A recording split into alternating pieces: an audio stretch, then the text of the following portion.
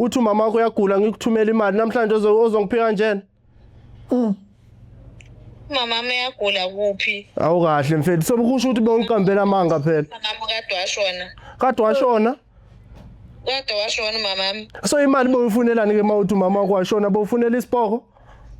Uyisipoko wena ngoba nikwazi nongawazi. Hayi mfethu ngijwayela kabi mfethu ungenza kanjena. Wena ojwayela mina ufuna ukuthi baze bangibhukuze. Wawuqaphaza mfethu mana. Uqaphaza mina.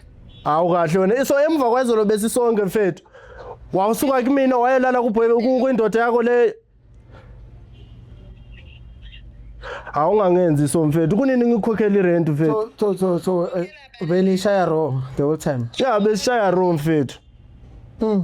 Because wazi ukuthi uwe uyedwa. Yimi ngedwa mfethu ngenza yonke into ngimthengela yonke into. Kahle kahle isipoko obani between you guys. Because manje ngathi umunye isipoko kahle. Angisazi phela ngoba uyangitshela manje ukuthi uma wake osewashona kudala kusho ukuthi le mali ngamnikeza yona bekanikeza abantu.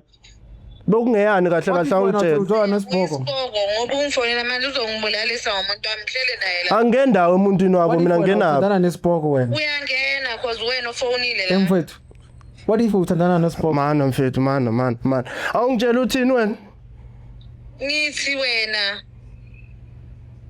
Uthini khuluma? Hayi ungangitshela amasimbo ongitshela wona mfethu kunini imizamo yami yonke sobe ngabonakala uzungibiyo. Imizamo yakho ibonakala kuphi siya? Oh so manje sungazi manje uthi ngusiye okhulumayo. Ushilo ukuthi usiya nje.